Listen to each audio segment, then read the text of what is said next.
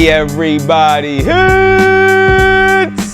your man Fitman, and today we're gonna learn about how to increase and improve your performance in the squat, the bench press, and the deadlift. When it comes to increasing and improving your performance on big compound lifts, many folks think it's just all about muscle. It's also about your central nervous system. If your CNS is not activated, what happens is that when you try to go lift, all of the weight feels super heavy. It feels like it was made for the Hulk to lift. Now, a basic warm-up is good, but we're not looking for good. We're looking for great. And the drills that we're gonna go over today are truly gonna get your body primed and get your nervous system activated so that you can have a great training session.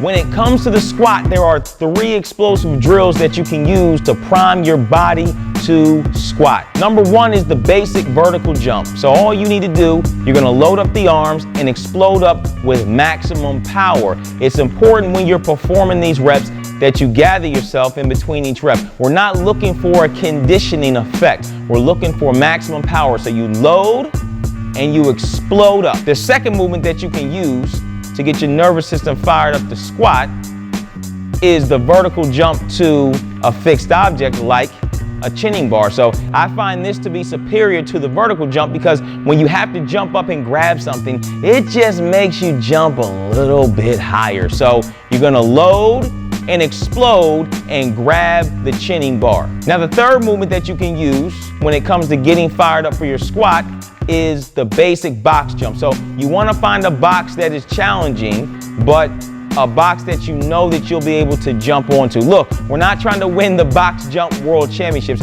All we're trying to do is get our nervous system fired up and ready to squat. When it comes to the bench press, there are 3 movements that we can use to get our upper body primed. One is the explosive bench push-up. Now there's 2 variations of this. The first one, you push up explosively, and then you take a little step forward if you can't push yourself all the way up, okay? The second movement that you can use is a Superman style push-up. So you'll push up off the bench and really stretch your arms up as far as you can before repeating the rep again. The third movement that you can use for the bench press is the explosive clapping push-up. Now you'll start in the bottom of the push-up, you'll explode up, you'll clap your hands, you'll come back down to the bottom and pause for about 1 to 2 seconds before exploding up again. The difficulty of the explosive clapping push-up is higher than the other 2 drills, so build your way up to it slowly. If you don't have access to a bench, then you can also use a box. Boxes that are available for purchase come in a variety of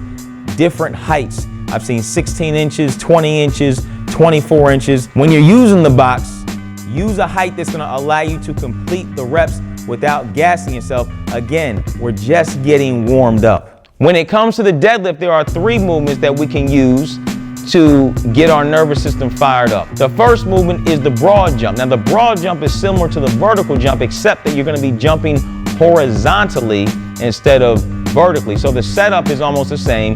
You're gonna load and explode, but when you push your hips back and you load your posterior chain and jump forward, there's a lot more activation of the hamstrings and the glutes than there would be in a basic vertical jump. Now the second movement that you can use to get fired up for your deadlift is the kettlebell swing. Because the kettlebell swing is such a violent and explosive movement, when you complete the reps, you're gonna feel your nervous system humming. The third move that you can use when it comes to getting fired up for your deadlift is the 5-yard sprint. Now, all you need to do is just stand and sprint 5 yards. Just the action of you trying to get yourself up to full speed within 5 yards really get your nervous system firing big time. So 5-yard sprint, very basic, very simple. Now, when it comes to implementing how to actually utilize these warm-ups, there's a way to do this that will maximize performance. What you don't want to do is perform these warm-up drills with high repetitions. High repetitions and power movements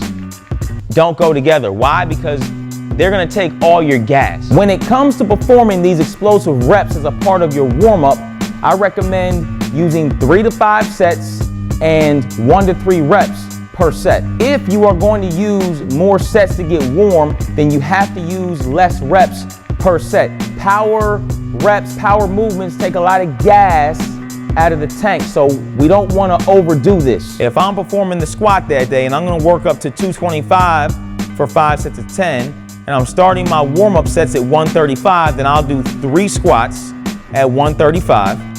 I'll step to the side, then I'll do my 3 vertical jumps. Then I'll go to 165, followed by 3 vertical jumps. Then 195, followed by 3 vertical jumps. So you're putting the explosive reps in between each warm-up set of your actual movement for that day.